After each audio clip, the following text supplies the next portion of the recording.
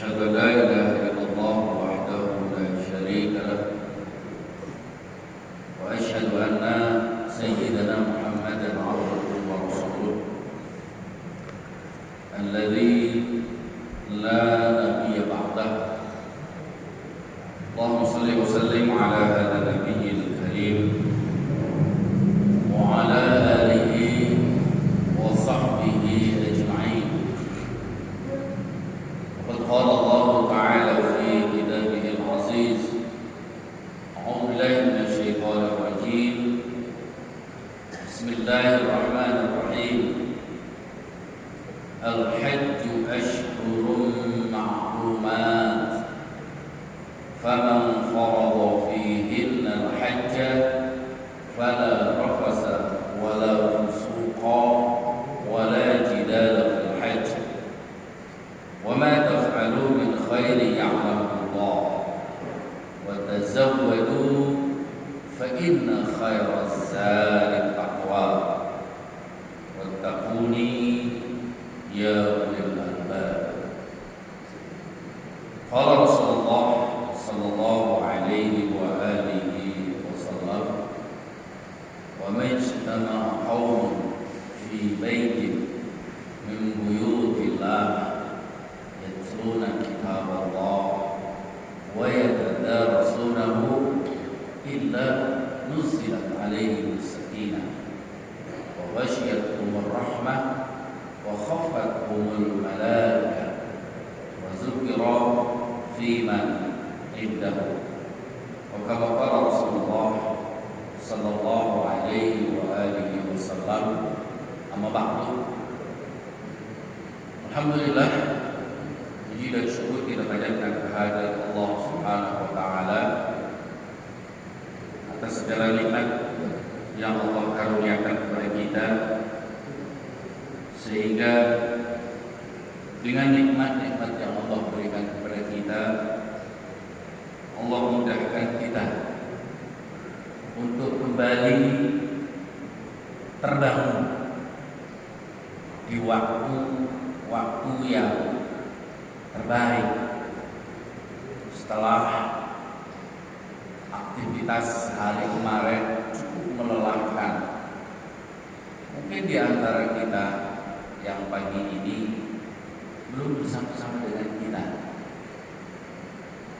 karena merasakan terlalu lelah, terlalu capek, sehingga ada di antara kita yang mengatakan bangunnya siang. Namun Allah amanahkan kepada kita jiwa sehat, pikiran, dan juga kepercayaan untuk dapat kembali bangun dan melangkahkan kaki ke masjid, yang itu semua tidak akan terjadi kecuali atas kehendak Allah Subhanahu wa taala. Maka ketika Allah mengingatkan kita dengan mendengarkan suara azan, itu hakikatnya Allah memanggil kita untuk pergi ke masjid. Ketika kita dalam perjalanan, kemudian di tengah-tengah perjalanan mata kita melintas melihat ada masjid di waktu-waktu yang sebentar lagi mau masuk waktu sholat, hakikatnya itu Allah yang mengingatkan kita, menyuruh kita di depan ada masjid, yuk berhenti dan ayo sholat jamaah. Banyak orang yang mau melakukan safar, pergi, dan agar pergiannya itu mendapatkan pahala yang dijanjikan oleh Rasulullah, satu langkah diberi pahala, satu langkah diangkat derajatnya, satu langkah diampuni dosanya. Maka begitu keluar dari rumah, misalnya mau pergi ke Bandung, maka dari rumah sudah ada niat, saya nanti sholat zuhur di masjid ini. Sehingga perjalanan itu bukan hanya perjalanan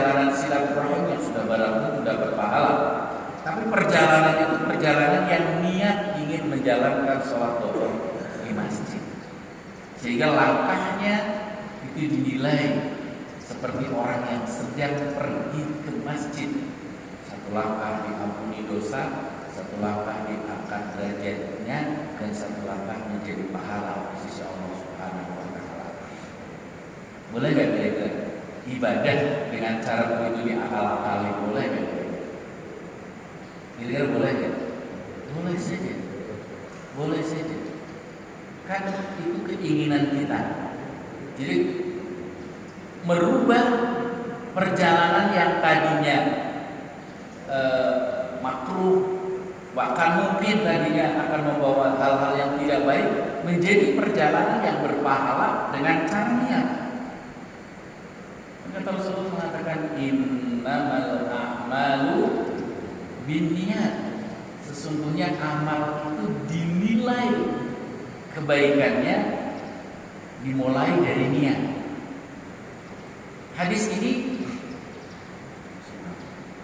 Hadis ini muncul ya ketika Rasulullah Muhammad sallallahu alaihi wasallam mengumumkan hijrah. Ya, ketika Rasulullah mengumumkan mau pergi hijrah ke Madinah, itu masing-masing sahabat punya pemikiran yang berbeda-beda. Ada salah satu sahabat yang mengatakan, oh iya, kami kan pedagang, kemudian di Madinah kan petani, cocok tuh, nanti kita dagang di sana, kita beli hasil tani mereka, kita jual, maka kita akan menjadi orang kaya. Muncul itu para sahabat-sahabat yang punya niat seperti itu. Bahkan ada yang niatnya itu kurang baik. Oh iya, kami kan muda, kuat-kuat, dapat informasi katanya dibagi-bagi pemuda-pemuda yang belum pernah ke Madinah, katanya wanita-wanita di Madinah cakep-cakep, cantik-cantik. Nanti kita ke sana kita akan nikah sama wanita-wanita Madinah. Sehingga kalimat-kalimat desas-desus itu sampai kepada telinga Rasulullah Sallallahu Alaihi Wasallam. Lalu Rasulullah meluruskan niatnya. Innamal a'malu binniyat.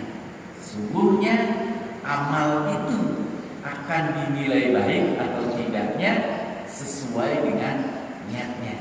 Wa innamal likulli imri'in ma nawa. Sesungguhnya seseorang akan mendapatkan sesuatu sesuai dengan niatnya. Karena Rasulullah sudah mendengar para sahabat-sahabat saat itu sudah berdesas-desusnya mengeluarkan kalimat-kalimat yang tidak sesuai. Faman kana hijratuhu lidunyahu, barang siapa yang hijrahnya karena mengharapkan dunia, yang tadi mau dagang, yusibuha, dia pasti akan mendapatkan dunia di sana. Hanya dapat dunia saja. Wa man kana hijratuhu lidunyahu yusibuha aw imra'atin yankihuha, dan barang siapa yang hijrahnya karena ingin menikahi wanita-wanita di sana, yankihuha, maka dia pun akan mendapatkan itu. Yankihuha wa hijratuhu ila ma hajara ilaihi, maka hijrahnya akan mendapatkan apa yang diinginkan sesuai dengan niatnya. Jadi kita bisa merubah niat kita agar semua yang kita lakukan itu menjadi pahala. Orang bekerja, kalau hanya bekerja saja, tidak ada niat mencari nafkah buat kehidupan sendiri, buat kehidupan keluarga, agar kuat. Setelah kuat badannya digunakan untuk beribadah, sholat jamaah, membantu orang-orang yang lemah, maka kerja itu dinilai oleh Allah Subhanahu wa Ta'ala menjadi ibadah. Bahkan Rasulullah SAW menyampaikan dalam sebuah hadisnya, malaikat itu berdoa di malam hari, mendoakan seseorang yang habis sholat maghrib dia tertidur sehingga tidak menjalankan sholat isya berjamaah. telat waktu sampai malam.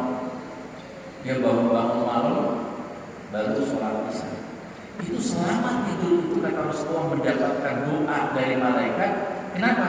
Bagi orang yang bekerjanya itu niat lillahi ta'ala. Kerjanya itu niat karena Allah Subhanahu wa taala. Jadi kita boleh ya merubah niat yang tadinya cuma mau kondangan misalnya ke Bandung, ada niat tuh. Wah, kayaknya tepat nanti kalau sholat duha kita berhenti di rest area ini. Kita sudah niatnya sholat duha di sana. Nah, sholat duha niat nanti sholat duha di masjid ini. Walaupun sholatnya itu boleh, yang sholat wajib boleh di jamaah, boleh di qasar. Tapi yang jelas kita merubah niat. Jadi ibadah itu boleh. Dan itu melalui hadis Rasulullah Muhammad SAW. Hanya kita bersyukur Allah bangkitkan kita kembali, Allah kembalikan kepercayaan kita untuk menjalankan ibadah sholat subuh berjamaah dengan harapan ibadah yang kita lakukan pada pagi hari ini mendapatkan pahala dari Allah Subhanahu wa taala. Salawat salam mudah-mudahan senantiasa tercurahkan pada junjungan kita Nabi Muhammad sallallahu alaihi wa alihi wasallam. Hadirin Allah, kita masih berada di bulan-bulan Ashhurul Ma'lumat. Al-Hajju Ashhurul Ma'lumat. Faman farada fihinna al-hajja fala rafasa wala fusuqa wala jidala fil hajj. وَمَا تَفْعَلُوا مِنْ خَيْرٍ يَعْلَمُهُ اللَّهُ وَتَزَوَّدُوا فَإِنَّ خَيْرَ الزَّادِ التَّقْوَى. Haji adalah bulan-bulan yang telah ditentukan, al-ma'lumat. Sebagian ulama berbeda pendapat tentang yang disebut dengan bulan-bulan haji. Sepakat ulama mengatakan bahwa bulan haji itu 3. Bulan Syawal, bulan Zulqa'dah, dan bulan haji. Sehingga ketika ada seseorang yang pergi umrah di bulan Ramadan, kemudian masuk bulan Syawal dia sudah niat haji, maka selama 3 bulan itu terhitung orang yang sedang ibadah haji. Makanya haji itu kan ada 3, ya. Ada haji tamattu, ada haji qiran, ada haji ifrad.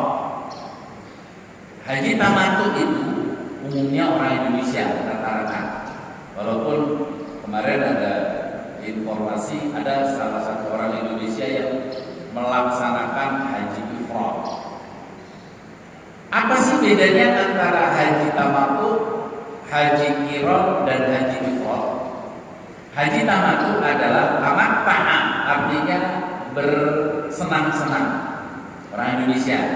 Jadi sampai ke sana dia umroh dulu, ya kan, pakai kain ihram, ambil miqat, kemudian tawaf, kemudian sa'i, kemudian tahallul, potong rambut, buka kain ihram, selesai. Itu namanya bersantai-santai. Jadi terhitungnya bukan haji, tapi orang yang sedang memperbanyak ibadah di bulan-bulan haji. Tamattu orang Indonesia. Nah, orang Indonesia yang melakukan haji tamattu itu ada dam, membayar dam, yaitu dengan menyembelih hewan kurban, yaitu kambing, dari bawa ke Jabal Kurban. Ya, kita beli kambing di sana, nanti sama pembimbingnya, dipotong, nanti kambing itu dipotongnya pada saat Idul Adha. Kita nggak nyaksiin. Lalu sebagian alhamdulillah sudah ada mutawif yang atau pembimbing haji yang pada saat kurban potong hewan kurban kesana, jadi sudah mengadakan perjanjian dengan tukang potongnya, potong saya besok ya hari sekian karena jamaah saya akan dapat, ada yang seperti itu. Nah, haji tamattu ini begitu sudah selesai tahalul, dia bersantai-santai, nanti bisa umroh lagi dan umroh lagi berkali-kali. Nah, pada saat dia sudah niat haji, barulah pakai kain ihram ini sampai sampai tawaf ifadah, tawaf yang terakhir bagi orang haji itu Indonesia. Kemudian yang kedua, haji itu namanya haji qiran. Ya. Haji qiran itu menyatukan niat haji dan umroh sekali. Jadi kalau dia sudah memakai kain ihram di mikot, itu niatnya dua. Ya, niat haji labbaik Allahumma hajjan wa labbaik Allahumma umratan. Jadi dua pahala dapatnya. Itu bisa sampai selesai. Dan biasanya haji qiran itu sudah mepet-mepet bulan haji juga sama. Jadi dari awal orang nyantai-nyantai aja, orang nafarsani biasanya yang datang. Dan haji qiran juga sama, kena dam, bayar dam juga. Dia harus membayar dam yang telah ditentukan karena dia melakukan haji qiran. Ada haji namanya yang ketiga yaitu haji ifrad. Kita kalau bagi bapak-bapak yang sudah pernah haji itu, ada orang-orang yang kain ihramnya sampai warnanya nggak putih lagi, sampai hitam gitu. Kalau yang tidurnya di pinggir gunung itu, di tepi-tepi gunung, itu kebanyakan mereka haji ifrad. Nah, bagi haji ifrad itu hanya niat haji, nanti selesai haji tamattu, kemudian selesai haji kemudian tawaf ifadah, baru dia niat lagi untuk berihram. Nah, haji ifrad ini bisa dilakukan 3 bulan. Jadi kalau sampai sekarang bulan Syawal, kemudian sudah niat haji ifrad, maka selama 3 bulan tidak boleh berganti kain ihram dengan kain baju biasa. Jadi ke sana kemari itu jadi pakai. Nanti kita lihat kan, kalau ada orang yang sampai lecek banget, apalagi yang orang-orang tidurnya di pinggir-pinggir gunung itu, kain ihramnya nanti yang atasnya dibuka buat gelar, kemudian kadang-kadang yang bajunya dibuka buat selimut tiduran. Itu seperti itu namanya haji ifrad. Jadi selama dia belum melaksanakan wukuf dan juga tawaf ifadah, dia nggak boleh mengganti kain ihram itu dengan kain yang berjahit. Boleh nggak mandi? Boleh. Boleh nggak kain ihramnya itu dicuci? Boleh. Tapi tetap nggak boleh ganti pakai baju, harus pakai kain itu lagi. Ada yang mengatakan boleh pakai kain ganti. Jadi kalau punya kain yang dua, jadi di kamar mandi dia mandi dan tidak boleh pakai sabun, termasuk juga gosok gigi. Biasanya begitu mereka mengabadikan dengan menggunakan siwak sebagai ganti gosok gigi, karena tidak boleh menggunakan pewangian pada saat. Jadi kalau yang ini fala rafasa wala fusuqa wala jidala fil hajj. Jadi kalau dia 3 bulan ya nggak boleh rafas, nggak boleh ngobrol yang berkaitan dengan hal-hal yang buruk. Kemudian fasik tidak boleh. Kemudian jidal itu bertengkar. Nah, ini pun. Nah, haji inilah haji yang tidak dikenai dam, nggak kena dam. Tapi memang luar biasa beratnya. Jadi kalau bapak-bapak pengen mencoba, dicoba saja Bismillah. Ya, haji yang afdal. Tapi Rasulullah juga pernah melaksanakan haji tamattu. Di Qiran juga disampaikan oleh Rasulullah. Jadi boleh. Nah, bulan-bulan haji yang semua ulama sepakat bahwa bulan haji itu adalah 3 bulan. Siapa ulama-ulama yang mengatakan full 3 bulan sampai selesai? Wa qad ikhtalafa ulama fi dzalika faqala ba'dhum innahum al-ashhurus tsalasah min awwaliha ila akhiriha. Sebagian ulama mengatakan yang dimaksud dengan bulan haji 3 bulan itu adalah full dari bulan Syawal sampai akhir bulan haji. Jadi tawaf ifadahnya nanti kalau bulan haji sudah selesai. Jadi begitu tawaf sa'i mereka enggak ifadah. Ya, nanti dia langsung melakukan tawaf ifadah selesai bulan haji. Jadi berat sekali 3 bulan full. Siapa yang mengatakan seperti itu? Yang mengatakan seperti itu yaitu 3 bulan full adalah Ibnu Mas'ud dan Ibnu Umar. Termasuk yang ulama-ulama mujtahid adalah Imam Malik. Imam Malik beliau mengikuti pendapat yang namanya bulan haji full 3 bulan. Kemudian sebagian ulama lagi mengatakan wa qala ba'dhum innaha Syawalun wa Dzulqa'dah wa asrun min Dzulhijjah. Wa yara an Ibnu Abbas wa alaihi Abu Hanifah wa Syafi'i wa Ahmad. Kemudian sebagian ulama lagi mengatakan yang dimaksud dengan al-ashhurul ma'lumat di dalam surat Al-Baqarah ayat 197, haji adalah bulan-bulan yang telah ditentukan. Menurut mereka, siapa itu mereka? Ibnu Abbas, kemudian Abu Hanifah, Imam Syafi'i, imam yang banyak diikuti di Nusantara terutama di Indonesia, kemudian Imam Ahmad. Ulama-ulama ini mengatakan yang dimaksud dengan asyhur maklumat, bulan-bulan yang ditentukan adalah bulan Syawal, 1 bulan full.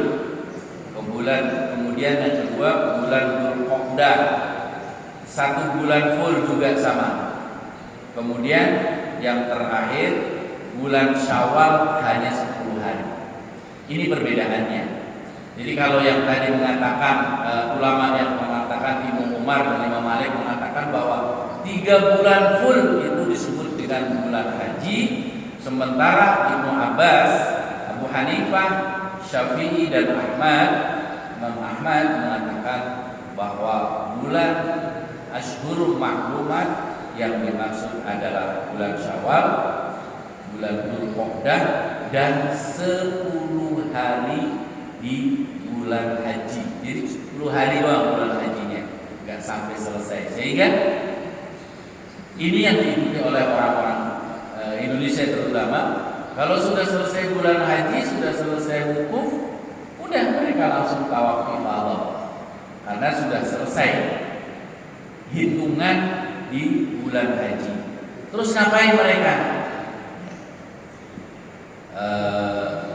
Saya tahun 2011 itu ketika selesai tawaf ifadah, kerjaannya adalah kalau 40 hari itu lumayan lama juga, ada perasaan jenuh juga. Itu kerjaannya setiap hari kalau selesai ke masjid dan kita pulang, itu dari lantai atas lihatin bis, lihatin orang pulang. Orang kayak dari itu juga kepengen pulang. Enggak rindunya kalau lagi di masjid, tapi ketika lagi di asrama, ketika lagi di hotel itu hanya senang lihat orang berangkat koper udah pulang. Nah, ini sudah tidak terhitung di bulan haji. Ngapain? Mau berbanyak ibadah. Banyak-banyaklah sholat, terutama sholat dilakukan di Masjidil Haram bagi yang belum ke Madinah. Nafar ulang itu orang yang berangkat pertama, kemudian 8 hari di Madinah, kemudian nanti sisanya di Mekah.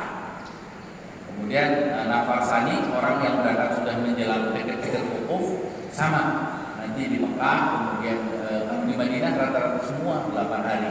Karena di Madinah itu kehidupannya lebih nyaman ya, di hotel dan semua kebutuhannya dipenuhi. Tapi kalau di Mekah bagi yang haji reguler itu dikasih makan itu hanya 4 sampai 5 hari oleh hotel.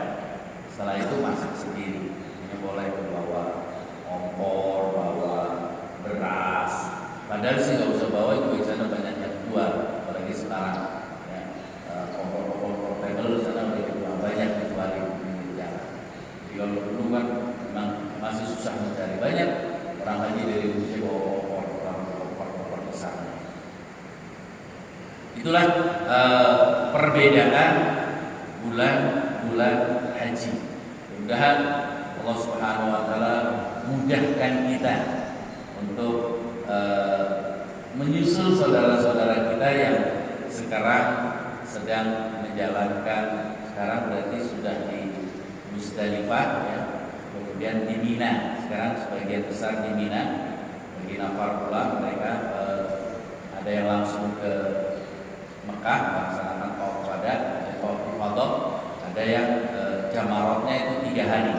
Hari pertama, hari kedua, dan luar biasa kalau di sekarang tenda di Mina itu luar biasa. Mudah-mudahan mereka yang jalankan ibadah haji tahun ini, walaupun memang penuh rintangan ya, Masya Allah. Mungkin kalau menurut saya sih karena banyaknya medsos, orang bisa mengakses. Sebenarnya dari dulu sama. Orang haji yang namanya orang terlantar, orang tinggalan bis, orang nggak dapat makan, itu dari dulu sebenarnya sudah biasa. Pasti ada. Makanya tanamkan dulu niatnya, mau niat ibadah, mau niat senang-senang. Karena ibadah apapun yang terjadi, senang saja. Nah sekarang karena mudahnya orang mengakses, hanya misalnya ketinggalan bis itu langsung diviralkan gitu kan, orang bisa semua lihat. Hanya telah makan saja langsung orang bisa diviralkan kemana-mana, sehingga berita-berita buruk kan lebih mudah menular daripada berita-berita baik. Kayaknya 2-3 tahun ini perjalanan haji kayaknya yang di ekspos itu kayaknya hanya berita-berita buruk saja, sehingga yang kena orang menteri agamanya lah, ada pelaksanaan haji lah segala macam. Padahal kalau kita niat kesana adalah ibadah. Yang namanya ibadah itu kan hubungannya kita kepada Allah. Apapun yang terjadi itu udah Allah yang atur. Telat makan, oh berarti Allah sedang menguji saya, gitu kan? Nggak kesana nggak dapat langsung dapat kunci, oh berarti Allah lagi menguji kesabaran saya. Jadi Allah, jadi hubungan kita bukan sama pembimbing haji, iya bukan. Tapi hubungan kita lagi ibadah kepada Allah. Apapun yang terjadi itu semua adalah terserahkan kepada Allah Subhanahu wa taala. Mudah-mudahan tahun berikutnya kita dapat menyusul. Yang belum, yang sudah ya bisa berangkat lagi setelah 10 tahun. Insyaallah Bapak-bapak ya, kita akan haji bersama-sama. Jadi gak usah mikirin wah haji nanti begini, haji gak usah. Semua kita lakukan adalah karena Allah Subhanahu wa taala. Kalau ingin haji dan pingin ya harus datang. Walaupun menunggunya lama nggak apa-apa, yang penting daftar ya. Karena kalau sudah keinginan doang nggak daftar, kapan actionnya? Kapan mendapatkan pahala? Orang yang bilang pengen si haji, pengen si umroh, datang belum, sama aja nggak ada niat. Bahkan kalau seandainya terpuruknya sudah daftar haji kemudian wafat, pertama sudah mendapatkan pahala haji. Sudah daftar haji, sudah daftar kuota atau belum, bahkan kemudian Allah takdirkan kita untuk wafat, justru mungkin inilah Allah takdirkan daripada berhenti ke sana capek, belum tentu mendapatkan pahala, lebih baik wafat tapi sudah daftar haji. Bisa jadi inilah termasuk ciri-ciri haji mabrur. Karena ada orang yang berhaji, seorang ulama menceritakan bermimpi dengan orang yang sudah meninggal dalam perjalanan haji. Ya. Dalam mimpinya dia mendengar ada diskusi 2 malaikat. Malaikat mengatakan, tahun ini hajinya berapa? Malaikat satu lagi mengatakan 600.000. Kemudian terus dari 600.000 ini diterima enggak? Dari 600.000 ini tidak ada yang diterima hajinya, ditolak semua, tidak makbul. kecuali hanya satu orang yang sudah niat haji tapi dia tidak pergi haji. Gara-gara orang ini haji orang 600.000 jadi diterima oleh Allah Subhanahu wa taala. Kemudian malaikat bertanya, siapa dia? Dia adalah ulama yang tinggal di Yaman, namanya Fulan bin Fulan.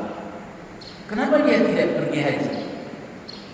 Setelah itu yang bilang subang belum sampai selesai. Tapi dia siap haji itu mendengar namanya ingat.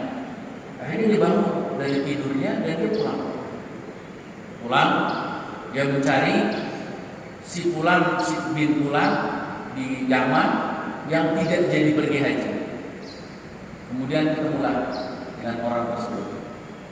Dia tanya, "Bapak mau haji?" "Iya." "Kenapa nggak jadi haji?" Begini ceritanya. "Saya sudah terdaftar, tinggal berangkat. Tiba-tiba istri saya hamil." Ya, ada orang haji nggak berangkat gara-gara istrinya hamil. Bukan itu alasannya. Istri saya hamil. Di dalam hamilnya dia ngidam. Jadi ngidam itu ternyata bukan hanya di Indonesia. Di luar negeri juga ada orang ngidam. Di dalam ngidamnya dia mencium aroma makanan daging. Dia mencium aroma makanan daging. Ada orang masak daging, dia mencium. "Ayah, ini ada bau masakan enak banget. Tolong dong, mintain buat saya. Kalau nggak beli buat saya." Ini sekarang kan orang jadi alasan ini bayi menginginkan ini, gitu. Si janin menginginkan ini. Ada orang laki-laki yang melakukan sesuatu gara-gara katanya keinginan janin, gitu kan. Ini bawaan bayi, gitu. Ini gara-gara bayi. Nah, apa yang diinginkan? Daging, makanan. Kemudian dia cari suaminya, cari muter. Ketemulah ada seorang wanita yang malam-malam sedang masak daging. Dia tahu kalau ini adalah seorang ulama, si wanita tersebut. Malam-malam sedang masak daging, kemudian tok. "Assalamualaikum." "Waalaikumsalam." "Ya Mbak, silakan masuk." "Kenapa? Ibu sedang masak apa?" "Saya sedang masak daging," kata ibu. "Boleh nggak saya minta? Ataupun kalau tidak boleh saya minta, saya beli deh." "Kenapa ya, Mak?" "Istri saya sedang ngidam, kepengin makan daging." Apa kata wanita tadi? "Pak, daging ini halal buat saya, tapi haram buat Bapak." Kaget seorang ulama tadi. "Kenapa bisa haram buat saya?" Kata ulama, "Iya, ini yang saya masak adalah bangkai. Sudah 3 hari saya nggak makan. Saya jalan-jalan sebuah kebun, saya menemukan bangkai yang sudah bau dan saya bersihin. Saya masak untuk menyambung hidup anak saya. Jadi ini halal buat saya dan keluarga saya, tapi haram buat Bapak karena ini bangkai, tidak boleh dimakan." Langsung ulama terus kaget.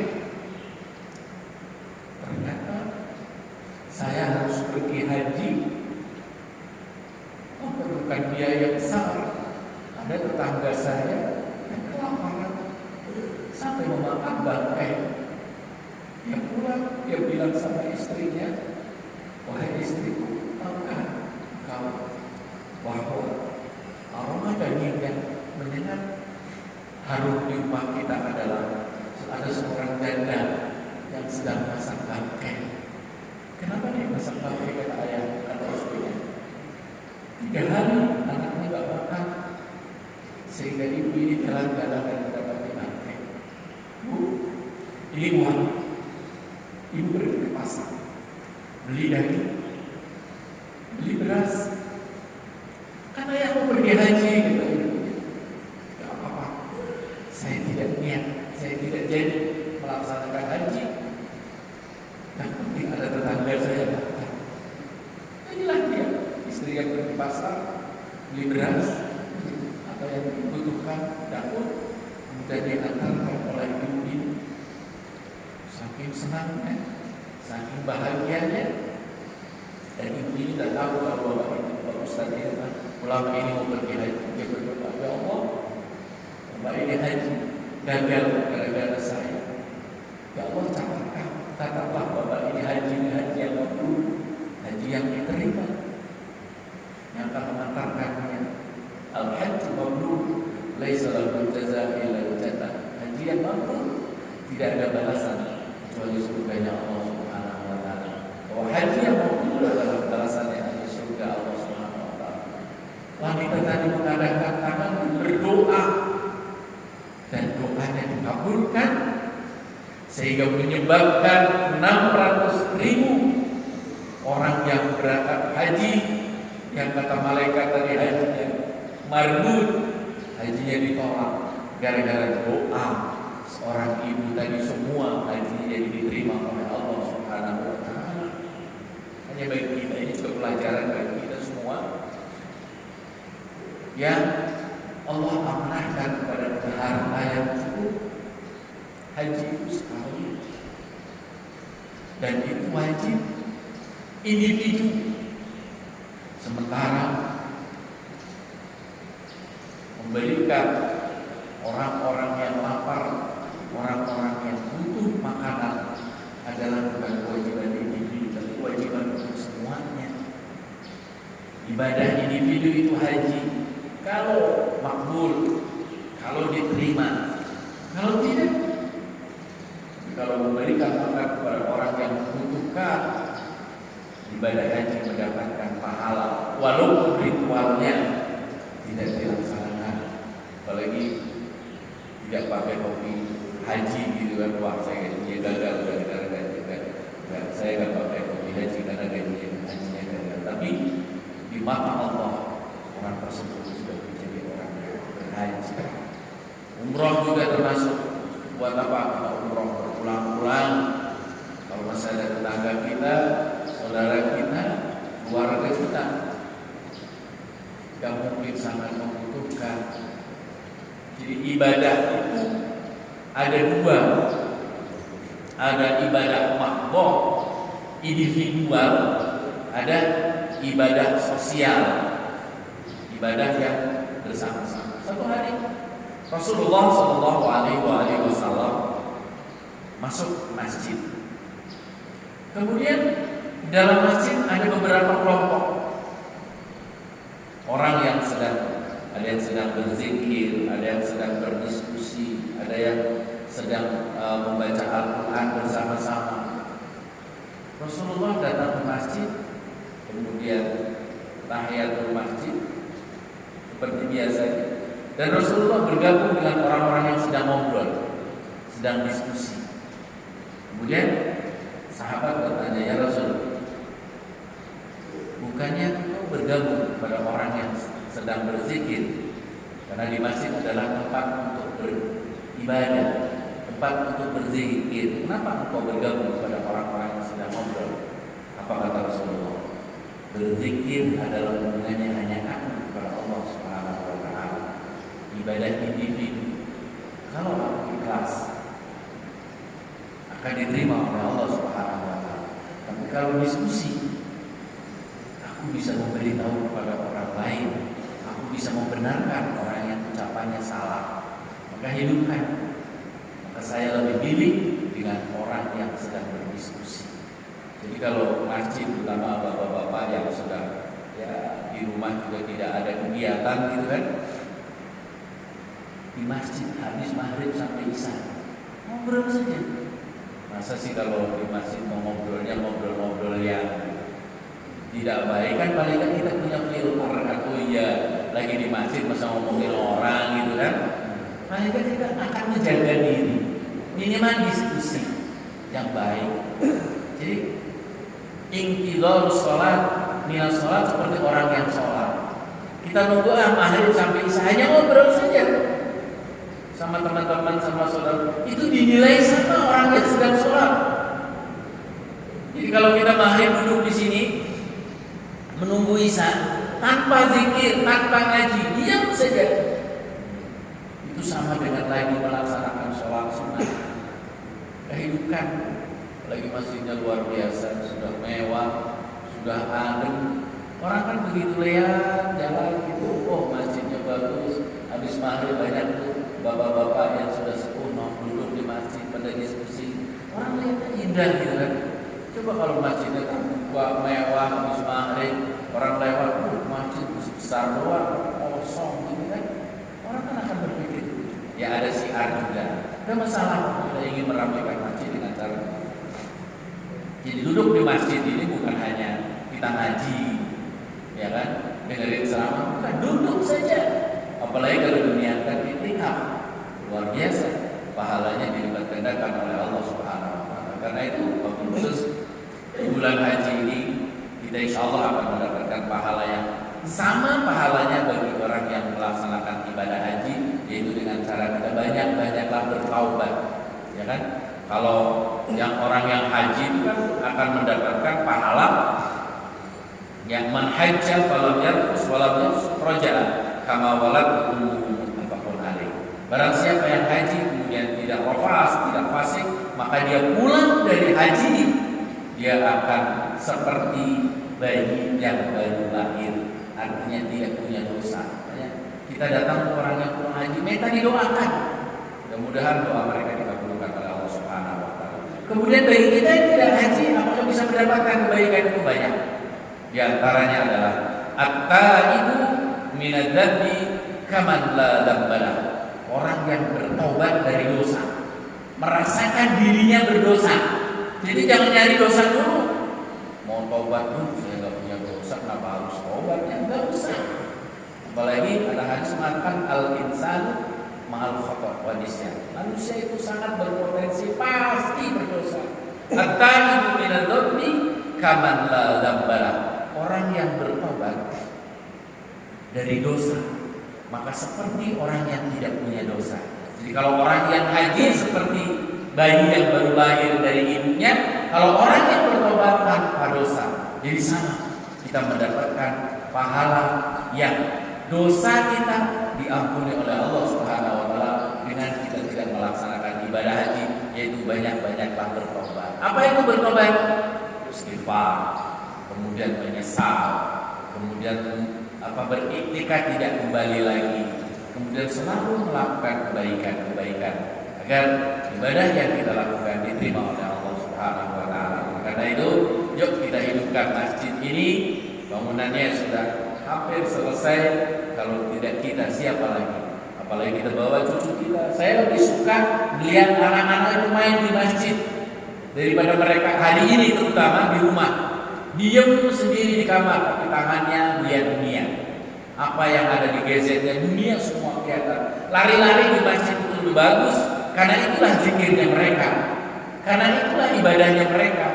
Mereka belum bisa konsentrasi sepenuh hati, tapi diawasi oleh orang tuanya, diawasi oleh kakeknya, agar mereka itu terlatih. Nanti kan waktunya azan dia akan sholat, tertib. Tidak apa-apa kalau masjid ramai dengan anak, saya lebih suka.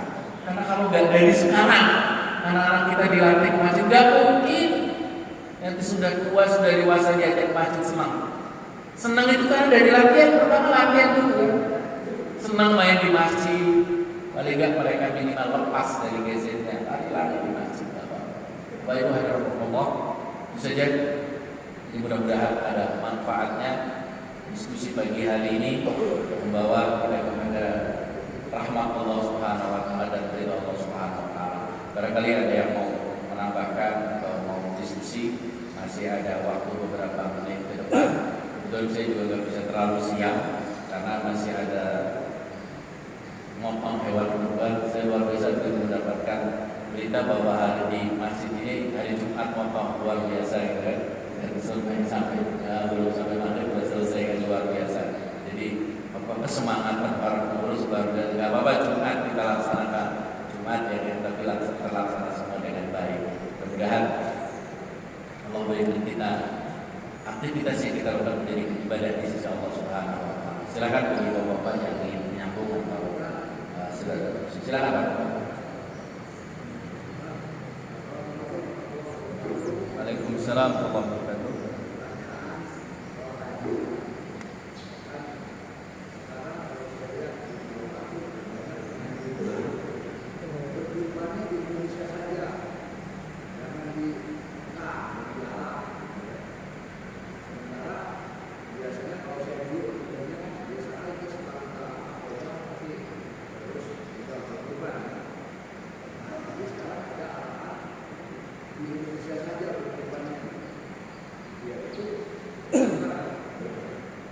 Baik, makasih Pak. Jadi ada anjuran dari Kemenang berkurbannya di Indonesia saja. Yang dimaksud mereka, saya juga belum tanya, apakah itu kurban atau dam? Karena beda. Kalau dam harus di sana, nggak bisa dam dipotong di Indonesia karena akarnya itu di sana. Mungkin yang dianjurkan di Kemenang mungkin kurban, karena orang-orang yang haji kan banyak kan punya duit banyak, gitu kan? Daripada dari sana kalau dia bayar dam tetap dam. Tapi kalau kurban dia dianjurkan diri sendiri, mungkin karena diri sendiri lebih membutuhkan. Sebenarnya di sana juga nggak ada sia-sia kok. Kalau kurban di sana dan tidak semata-mata dimakan oleh orang situ. Mereka itu dijadiin kaleng kemudian dikirim ke negara-negara yang membutuhkan. Mereka juga tidak, bahkan mungkin lebih amanah lah gitu. Tapi nggak apa-apa, itu anjuran yang bagus lah ya. Kalau untuk berkurban memang boleh di mana saja. Tapi kalau udah membayar bagi haji tamattu memang harus di sana. Kecuali mungkin ada perbedaan pendapat. Itu Pak ya. Jadi mungkin ada kurban, saya harus tanya dulu apa yang dimaksudkan mereka, adalah jam atau memang hanya kurban saja. Ya, kalau kurban berarti memang nggak masalah. Bahkan kita tinggal di sini nih, Pak. Pengurus saya mau kurban di kampung aja lah, kesian di sana kalau ada kambing, kalau ada hewan, saya akan potong sendiri ke sana, boleh juga gitu. Nah itu juga nggak masalah. Jadi kurban di samping memang kita meramaikan masjid sekitar kita, tapi kita juga lihat yang lebih membutuhkan tempat sasaran. Bukan berarti sini kan tempat sasaran, bagi-bagi lah biar sana sini semua merata. Itu Pak ya, bukan baik. Benar ya?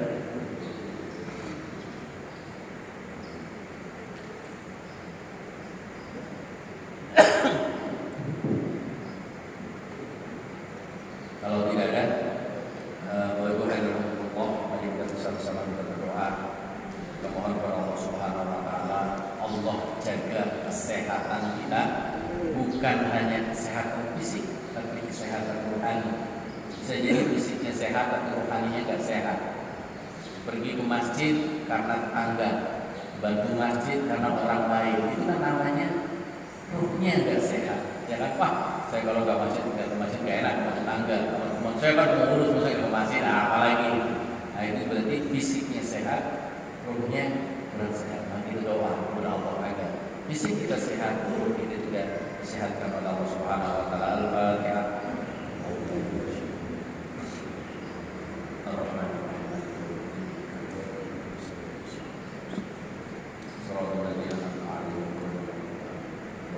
Bismillahirrahmanirrahim. Allahumma shalli ala sayyidina Muhammad wa ala ali Muhammad wa alamin. Allahumma a'inna ala dhikrika wa syukrika wa husni ibadatik. Allahumma arina al-haqqa haqqan warzuqna ittiba'ah wa arina al-batila batila warzuqna ijtinabah.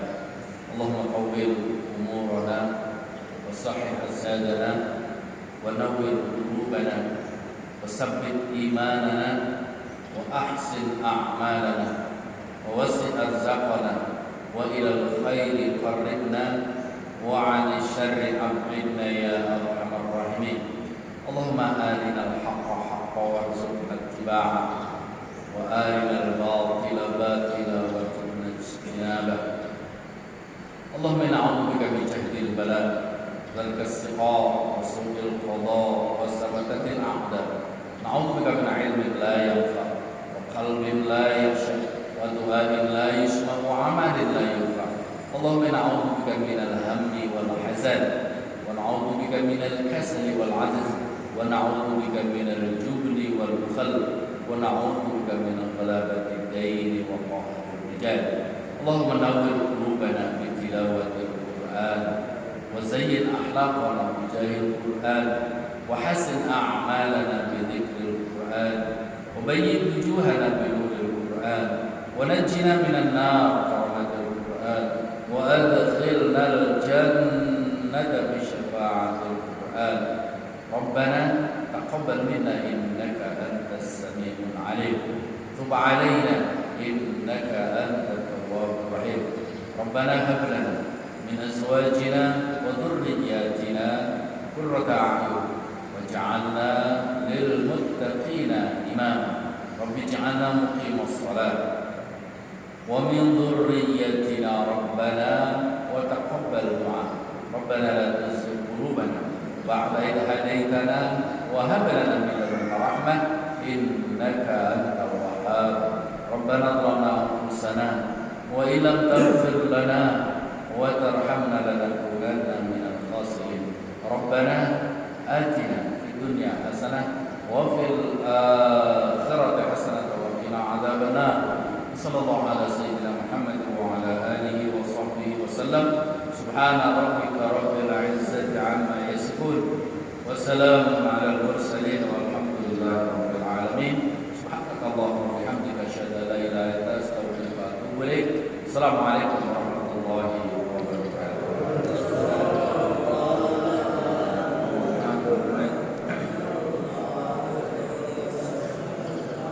Sallallahu ala Muhammad sallallahu alaihi wasallam.